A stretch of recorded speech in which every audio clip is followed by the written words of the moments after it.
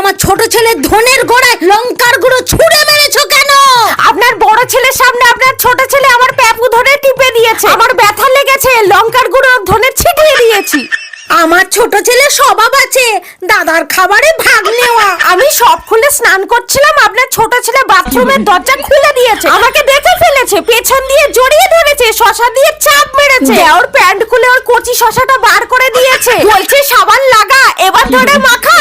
দাদা বৌদি ঘরে খাট নাড়ায়, আওয়াজ করে, আপনার ছোট ছেলে সেটা পর্দা ফাঁকা করে রাখে আর নিজের প্যান্টের ভেতরে হাত ঢুকিয়ে কচি শশাটা নাড়ায় আর আমার নাম নেয়, বৌদি কাছে এসো না, শশা খাও না।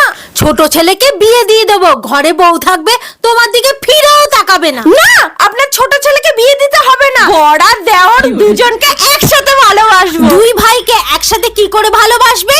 আমার সামনে দেওরকে বসাবো, আমার পেছনে বরকে বসাবো।